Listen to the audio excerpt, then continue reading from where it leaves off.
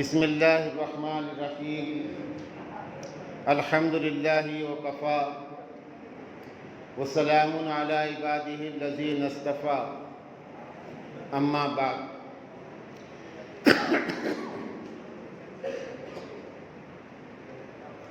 قال اللہ تبارک و تعالی یا ایہا الناس اتقوا ربکم الذی خلقکم من نفس واحدہ وخلق منها زوجها وبث منهما رجالا كثيرا ونساء واتقوا الله الذي تساءلون به والأرحام إن الله كان عليكم رقيبا صدق الله العلي العظيم قال النبي صلى الله عليه وسلم الدنيا كلها متاع وخير متاع الدنيا المرأة الصالحة او كما قال عليه الصلاة والسلام۔ محترم بزرگوں اور عزیز دوستو،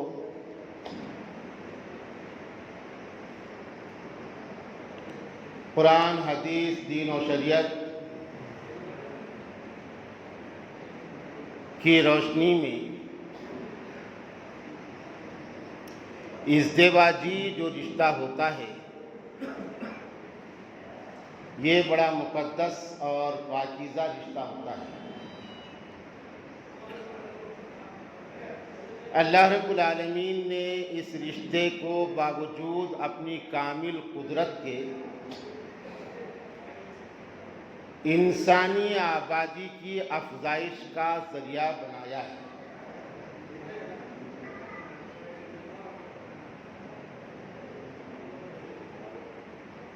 اور یہ فطرت کا تقاضا ہے۔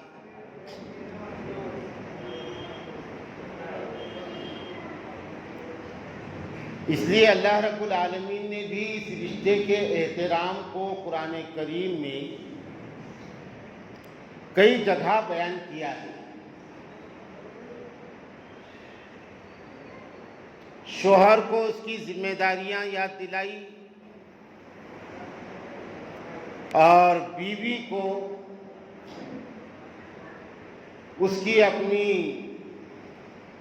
مسئولیات اور آداب کی تعلیم دی۔ میرے اور آپ کے آقا سرور کونین تاجدار انبیاء حضرت محمد رسول اللہ صلی اللہ علیہ وسلم نے بھی اپنے ارشادات میں اس رشتے کی اہمیت کو بیان کیا ہے اور اس رشتے کے استحکام اور بقا کے لیے تعلیمات دی ہیں۔ سچی بات یہ ہے کہ ازدواجی رشتے کے استحکام اور بقا پر ایک حسین معاشرے کی تشکیل منحصر ہے۔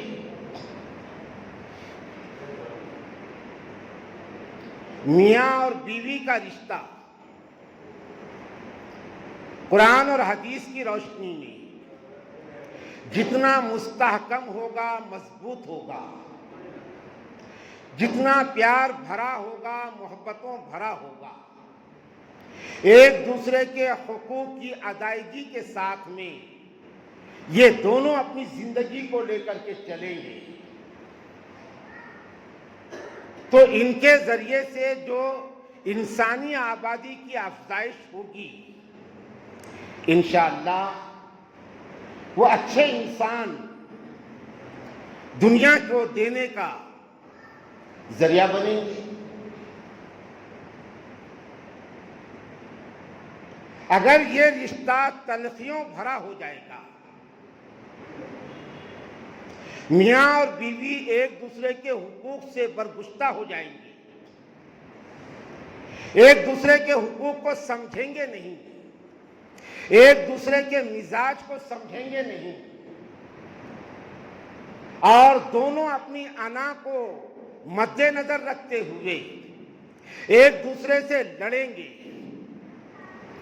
تو ان کے ذریعے سے جو نسل وجود میں آ رہی ہے وہ نسل بھی انسانی آبادی کے لیے گھاتک ہوگی اور نقصان دہ.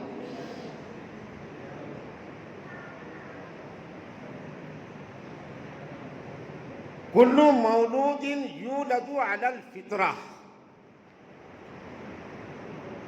فأبواہ یحودانہ وینصرانہ ویمجسانہ. بڑے بڑے سائنسدانوں نے دنیا کے میرے آقا صلی اللہ علیہ وسلم کے ارشادات پر اپنی عمریں گنوا دی، لیکن آپ کے ایک ایک ارشاد کی ریسرچ اور تحقیق نامکمل رہی. ہر چیز یہ ایک حدیث ہے.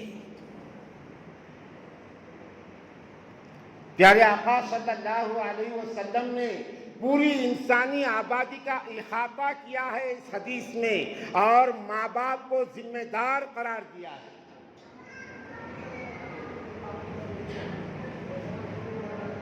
کہ ولی ماں باپ بناتے ہیں اور ڈاکو بھی ماں باپ بناتے ہیں.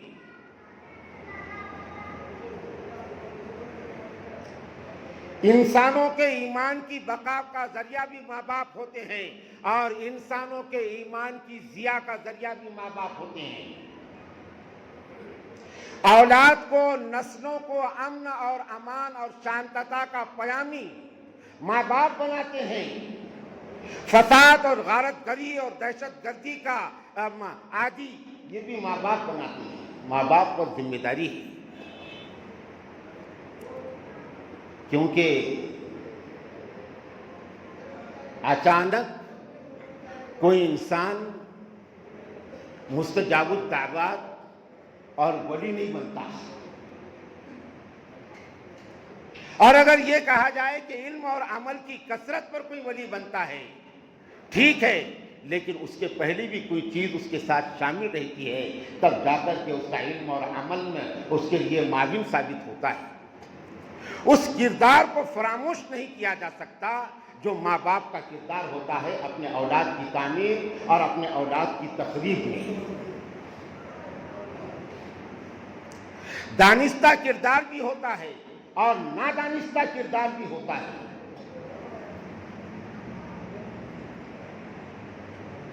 یہ سچائیاں ہیں کہ ماں کی گود سے جنم لینے والا بچہ حافظ قرآن پیدا ہو گیا. واقعات لکھے ہیں بزرگوں نے. کیسے ہوا؟ یہ صرف ماں کی نیکی کافی نہیں ہے، ماں کے پیچھے اس کے باپ کی پشت پناہی بھی ہے.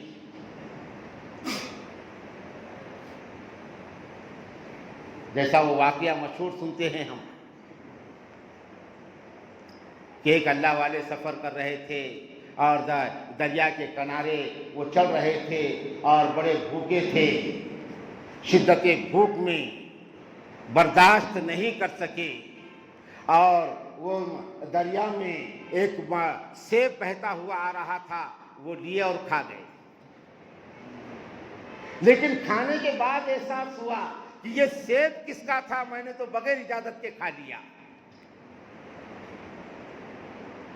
بچے کی تربیت یہاں سے شروع ہوتی ہے، یہاں سے شروع ہوتی ہے.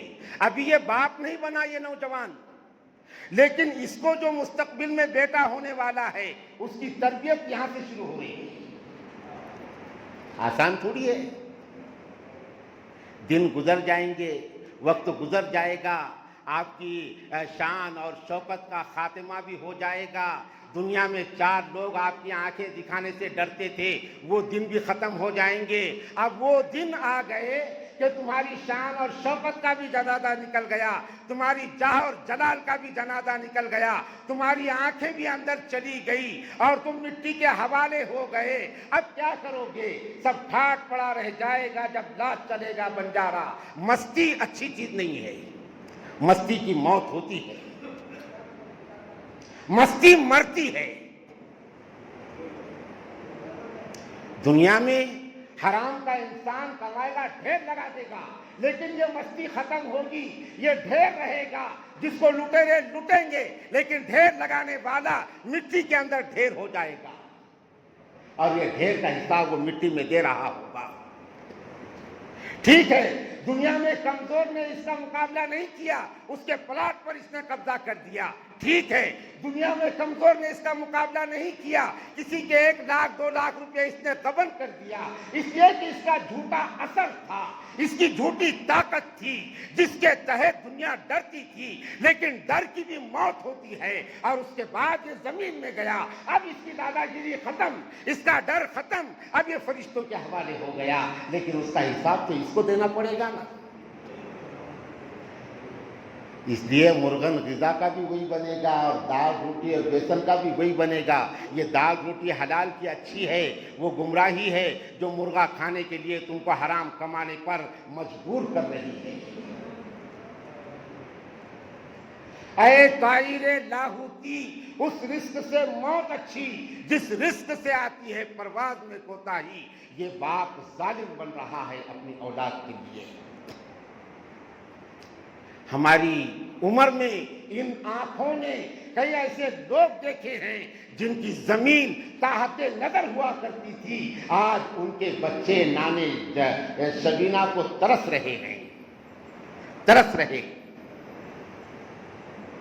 مکافات عمل ہے، اللہ کے پاس مکافات عمل کا قانون ہے، اس میں کوئی دخل نہیں دے سکتا۔ جیسی کرنی ویسی بھرنی، مانتا نہیں تو کر کے دیکھ، جنت بھی ہے دوزخ بھی ہے، مانتا نہیں تو مر کے دیکھ، یہ طے۔ تو یہاں سے شروع ہوتی ہے اولاد کی تربیت۔ اس نے سیب کھا لیا، بعد میں احساس ہو گیا میں نے تو کھا لیا، اب یہ کس کا تھا؟ میں نے تو بغیر اجازت کھا لیا۔ یہ ہے احساس عمل کی چنگاری، جس دل میں فروزاں ہوتی ہے، اس لب کا تبسم ہیرا ہے، اس آنکھ کا آنسو موتی ہے۔ دولت احساس کی ہے، احساس کی دولت ہے۔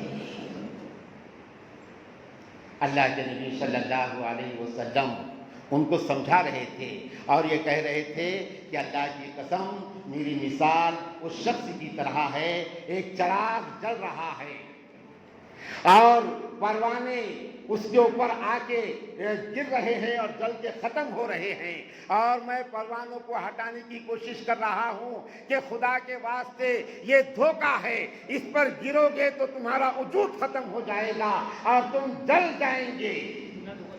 میری مثال اس شخص کی طرح ہے، لیکن ایسے ہم درد کی بھی دنیا نے مخالفت کی۔ یہ نئی بات نہیں ہے، یہ نئی بات نہیں ہے، لیکن اس مریض کو سمجھنا چاہیے جس کو عمل جراحی کی ضرورت ہے اور ڈاکٹر نشتر لگا رہا ہے، وہ ڈاکٹر اس کا دشمن نہیں ہے، اس کا کینسر ختم کرنے کی کوشش کر رہا ہے، لیکن یہ مریض ڈاکٹر کا دشمن بن رہا ہے کہ ڈاکٹر نے مجھے نشتر کیوں لگایا۔ اس مریض پر کیا آنسو بہائیں گے، اور یہ مریض کیا صحت مند ہوگا جو ڈاکٹر کے علاج پر ڈاکٹر کو مورد الزام ٹھہرا رہا ہے۔ اس کی بیماری کیسے ختم ہوگی؟ سیب کھا لیا، اس کے بعد احساس ہوا، میں نے تو پوچھا نہیں، جس سمت سے سیب آیا تھا اس سمت وہ چلے، کہاں سے آیا ذرا تلاش تو کریں گے۔ چلتے چلتے چلے تو ایک سیب کا باغ نظر آیا، سیب کا باغ نظر آیا۔ وہاں تحقیق کیے یہ باغ کس کا ہے؟ وہ باغ کے مالی بھی بڑے اللہ والے تھے، اس لیے کہ وہ معاشرہ ہی ایسا تھا ہمارا، ہم بڑے روشن ماضی سے تعلق رکھتے ہیں، ہمارا ماضی بڑا روشن رہا، اس لیے ہم کو خطرہ بھی نہیں تھا اور اس وقت کے حالات بھی نہیں تھے کہ جس معاشرے کا ہر مدرسہ تربیت، ہر گھر تربیت گاہ تھی، ہر مدرسہ تربیت گاہ تھا، ایسا معاشرہ تھا۔ تو وہ ماضی بھی بڑا متقی پرہیزگار انسان تھا۔ یہ صاحب ان سے ملے، کہا کہ حضرت ہم آپ کی خدمت میں معافی مانگنے کے لیے آئے ہیں، ممکن ہے آپ کے ہی باغ کا سیب اس ندی سے بہتا ہوا دور تک گیا تھا اور ہم نے بھوک کی شدت میں اس کو کھا لیا۔ بہرحال اگر معاف آپ نہیں کریں گے تو میرے پیٹ میں تو حرام کا گیا نا، اب میرے سجدے بے معنی ہو جائیں گے، میری رکعتیں قیام قعدہ رکوع بے معنی ہو جائے گا، میرے داڑھی یہ صرف منظر رہے گی، میرے پیشانی کا گٹھا یہ صرف دکھلاوا رہے گا، میرا جبہ یہ صرف شعار رہے گا، میرا اندر تو گندا ہو گیا نا، اندر تو گندا ہو گیا، اوپر کا پوشاک کیا کام کرے گا؟ یہ تو دھوکہ ہو جائے گا۔ اس گندگی کو ازالے کا ذریعہ، اس گندگی کے ازالے کا ذریعہ آپ کی معافی ہے، اللہ کے لیے آپ مجھے معاف کر دیں، میں نے آپ کے باغ کا سیب آپ کی اجازت کے بغیر کھا لیا۔ تاڑ لیا باغ کے مالی نے کہ نوجوان بڑا صاف ستھرا اور اچھا لگتا ہے۔ آج تو معیار ہے جس کے گھر میں امیری کا شجر لگتا ہے، آج جو رشتوں کا معیار ہے، رشتوں کا معیار آج چاہے وہ دولت غلادت خانے سے آؤ کیا کوڑا کرکٹ سے آؤ، مالدار ہونا، غریبوں کے جھوپڑے جلا کے اس نے گھر کیوں نہیں بنایا، لیکن اس کا ڈبل منزلہ گھر ہونا، دیکھا یہ نہیں جائے گا اس نے کتنے لوگوں کو لوٹا ہے، کتنی بیواؤں کو ترسایا ہے، کتنے یتیموں کی بددعا لی ہے، کتنے غریب اور کمزور لوگوں کو دکھایا ہے، دیکھا صرف یہ جائے گا کہ کتنا مالدار ہے۔ آج رشتوں کا معیار یہ ہے، جبکہ مال اس کو اللہ کے نبی نے مرا ہوا کتا کہا ہے، یہ مرا ہوا جانور کہا ہے، ایسا مال جو انسانوں کو دکھی کر کے حاصل ہو، انسانوں کو ترسا کے اور انسانوں کی مجبوری کا ناجائز فائدہ اٹھا کر کے جو مال جمع کیا جائے اس کو میرے آپ کے آقا نے مردار جانور کہا ہے، اور ارشاد فرمایا الدنیا جیفۃ،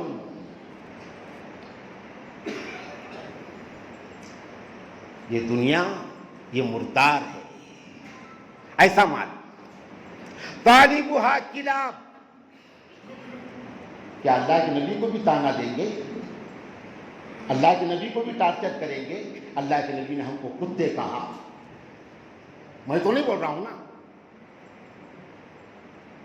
جوئے والے کو، شراب والے کو، ڈکیتی والے کو اور چھیننے والے کو، غبن والے کو، غصب والے کو، کسی کا ناجائز فائدہ اٹھانے والے کو اللہ کے نبی نے کہا کتے۔ اب دنیا جیفۃ، دنیا مردار ہے، طالبھا کلاب، اور اس کو حاصل کرنے والے ناجائز راستوں سے کتے ہیں۔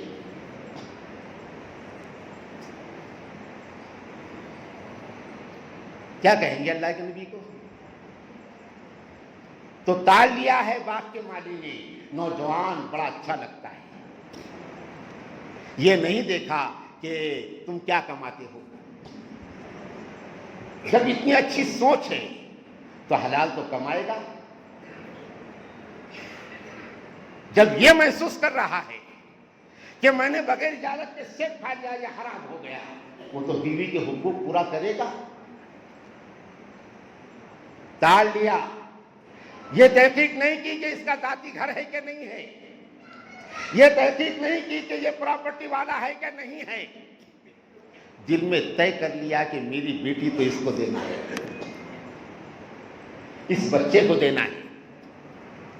کہا کہ ٹھیک ہے میاں، لیکن معاف کرنا اتنا آسان نہیں ہے، اتنا سستا نہیں ہے۔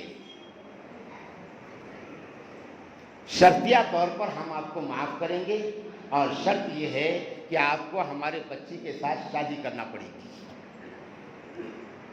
اور سن لو، ہماری بچی دونوں آنکھوں سے اندھی ہے،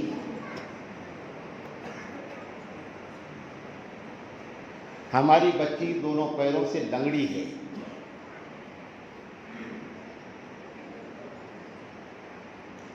اور بچی دونوں کانوں سے بہری ہے۔ بہری ہے، اندھی ہے، لنگڑی ہے، لیکن آپ کو اس سے شادی کرنا پڑے گی۔ آپ شادی کریں گے تو ہم آپ کو معاف کریں گے، ورنہ معاف نہیں کریں گے۔ لیکن ڈر اتنا تھا، ایک حرام لقمہ پیٹ میں گیا، اس کی معافی تلافی کرنے کا کہ زندگی غارت ہو جائے گی۔ کہا کہ ٹھیک ہے حضرت، آپ کی بچی جیسی بھی ہے میں نکاح کر لوں گا، آپ مجھے معاف کر دیں۔ تربیت کہاں سے شروع ہوئی میں یہ بتا رہا۔ چنانچہ نکاح ہو گیا، اور نکاح ہونے کے بعد باپ نے اپنی بیٹی کو اپنے داماد کے گھر لے جا کے چھوڑ دیا، رخصتی کر دیا، اور باپ گھر آ گیا۔ جب داماد آرام کرنے کے لیے کمرے میں تشریف لے گئے تو دیکھے کہ وہاں تو حور اور پری بیٹھی ہوئی ہے، ماشاءاللہ پورے اعضاء سے ہی سالم، آنکھیں بھی خوبصورت، سماعت بھی طاقتور۔ نوجوان قدم رکھا، دیکھا اور فوری باہر نکل گیا، کہیں یہ دوسری بچی تو نہ ہو، فوری باہر نکل گیا۔ اور حضرت کو فون کیا، موبائل نہیں تھا،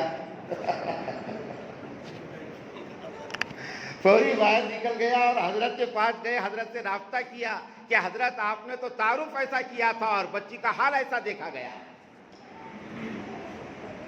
تو باپ نے کہا کہ بیٹا وہی میری بیٹی ہے،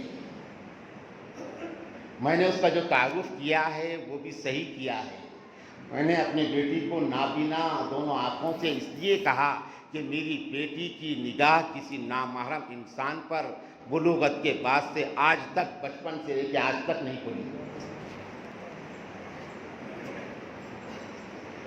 میری بیٹی نے اپنے کانوں سے آج تک، اب یہ گانے وانے تو پہلے تھے نہیں نا، مگر جھوٹ بھی نہیں سنا، کسی کی غیبت اور چغلی بھی نہیں سنی، کرنا تو دور کی بات ہے۔ گونگی ایسے اعتبار سے کہ اس نے اپنی زبان سے کبھی جھوٹ نہیں بولا، کسی کی غیبت نہیں کی، کسی کا دل نہیں دکھایا۔ لنگڑی ایسے اعتبار سے کہ میری بیٹی نے اپنے گھر کی دہلیز اور چوکھٹ کو پھاندا نہیں آج تک۔ وہ کرنا فی بیوتکن ولا تبرجن تبرج الجاہلیۃ الاولی، وہ گھر کی عزت ہے، گھر میں رہی۔ میں نے تمہارے تقوی اور پرہیزگاری پر یہ رشتہ کیا ہے۔ بہرحال رشتہ ہوا۔ بزرگوں اور دوستوں، میں یہ بتا رہا ہوں کہ تربیت وہ سیب کھانے سے شروع ہوئی۔ یہ میاں اور بیوی سے جو لڑکا پیدا ہوا، اس لڑکے کو بعد میں دنیا نے شیخ عبد القادر جیلانی کہا، جو ہزاروں انسانوں کے رشد اور ہدایت کا ذریعہ بنا۔ تو ماں باپ کی پر ذمہ داری ہے۔ فَأَبْوَاهُ، یعنی آقا صلی اللہ علیہ وسلم نے ارشاد فرمایا، کل مولود یولد علی الفطرہ، دنیا میں جو بھی بچہ پیدا ہوتا ہے وہ اپنی فطرت پہ پیدا ہوتا ہے۔ فطرت یعنی اللہ کی منشا، تخلیقی منشا۔ لیکن ماں باپ کا اور گھر کا ماحول اتنا مؤثر ہوتا ہے کہ منشائے ایزدی پر پیدا ہونے والی اولاد ماں باپ کے ماحول اور گھر کے ماحول کی وجہ سے وہ غلط سمت جا سکتی ہے، وہ غلط سمت جا سکتی ہے۔ فَأَبْوَاهُ يُحَوِّدَانِهِ وَيُنَصِّرَانِهِ وَيُمَجِّسَانِهِ، پھر اس کے ماں باپ اس بچے کو یا تو ظالم بنائیں گے، یا تو عادل بنائیں گے، یا تو انسان بنائیں گے، یا تو شیطان بنائیں گے، یا تو لوگوں کی عزت کرنے والا بنائیں گے، یا لوگوں کے ساتھ میں ناروا سلوک کرنے والا بنائیں گے۔ یہ ماں باپ پر منحصر ہے۔ الحمدللہ نوشا آ گئے۔ تو میں نے بات شروع یہ کیا تھا کہ یہ رشتہ بڑا مقدس اور پاکیزہ ہوتا ہے اور بڑا ذمہ دارانہ ہوتا ہے۔ آج بزرگوں اور دوستوں ضرورت اس بات کی ہے کہ میاں اور بیوی کے اس رشتے کو مستحکم اور مضبوط کرنے میں گھر کے بڑے اپنا رول نبھائیں، کیونکہ شروع میں میاں بیوی ناتجربے کار ہوتے ہیں۔ باپ اپنے بیٹی کے زکام آلود محبت میں بیٹی کی زندگی کو خراب نہ کرے، کیونکہ جذبات میں شروع میں جو ہو جاتا ہے اس کے بعد شرمندگی کا سامنا کرنا پڑتا ہے۔ بڑا پاکیزہ رشتہ ہے۔ ہم پیارے آقا صلی اللہ علیہ وسلم کو دیکھیں کہ اللہ کے نبی صلی اللہ علیہ وسلم نے حضرت خدیجہ الکبریٰ رضی اللہ تعالی عنہا سے کتنی محبت کیا تھا، کتنی محبت کیا تھا۔ ان کے انتقال کے بعد بھی اللہ کے نبی صلی اللہ علیہ وسلم یاد کر کے روتے تھے۔ بوڑھی ہو گئی تھی حضرت خدیجہ، انتقال ہو گیا۔ حضرت عائشہ رضی اللہ عنہا سمجھاتی تھی اللہ کے نبی ہم ہیں نا آپ کے لیے ساری خدمت کے واسطے، آپ ایک بڑھیا کو یاد کر کے روتے ہیں۔ تو اللہ کے نبی نے درد بھری آہ بھری اور کہا کہ تم کیا جانو۔ حضرت خدیجہ نے جو محبتیں دی تھی، شوہر ان محبتوں کو اپنے انتقال تک فراموش نہیں کر سکا۔ جنگ بدر ہوئی اور جنگ بدر میں آپ کے بیٹی زینب کے شوہر حضرت عاص گرفتار ہو گئے، قیدی ہو گئے مشرکین کے ساتھ میں، اور طے یہ ہوا کہ تمام قیدیوں سے فدیہ لے کر ان کو رہا کیا جائے۔ فدیہ سب نے جمع کر دیا۔ حضرت عاص کے پاس کچھ نہیں تھا۔ اللہ کے نبی کی بیٹی حضرت زینب نے اپنے گلے کا ہار نکالا اور دے دیا کہ یہ جا کر دے دیجیے آپ کے فدیے میں۔ جب سب کے فدیے اللہ کے نبی کے پاس پیش ہوئے اور قیدیوں کو آزاد کیا جانے لگا تو یہ ہار اللہ کے نبی کی خدمت میں پیش ہوا۔ اللہ کے نبی نے ہار کو دیکھا، آپ کی آنکھوں میں آنسو آ گئے۔ اللہ کے نبی کی آنکھوں میں آنسو آ گئے اور کہا کہ یہ میری خدیجہ کا ہار ہے، یہ میری خدیجہ کا ہار ہے جو اس نے اپنے بیٹی کو دیا تھا۔ آپ نے مسلمانوں سے کہا اگر تم چاہو تو ماں کا ہار اپنے بیٹی کو واپس کر دو اور ان کو آزاد کر دو۔ یہ محبت کی جھلک تھی۔ میں اور بہت بتاتا آپ کو کہ اسلامی نقطہ نظر سے یہ رشتہ کتنا پاکیزہ ہے، لیکن وقت بہرحال گزر رہا ہے۔ اللہ سے دعا ہے اللہ تعالیٰ مجھے آپ کو عمل کی توفیق نصیب فرمائے۔ انشاءاللہ کسی موقع پر ہم اس مضمون کو مکمل کریں گے۔ وآخر دعوانا الحمدللہ۔